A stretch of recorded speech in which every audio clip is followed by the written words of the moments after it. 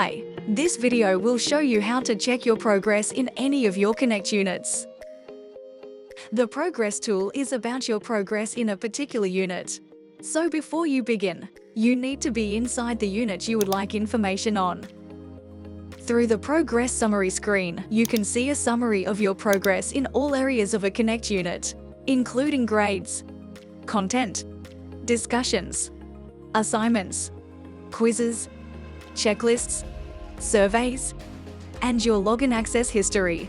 You can also select any tool on the sidebar for a detailed breakdown of your activity in any given unit. Let's look at content. Here you'll see that I've visited a number of topics in the various modules of this unit.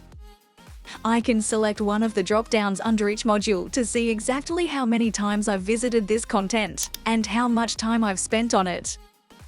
As a student, this information is all visible to you. And it's worth noting, it is also all visible to your teacher too.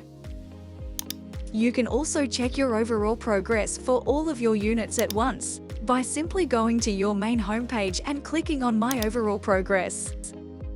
Here you can scroll down through all of your units to check out your progress for each.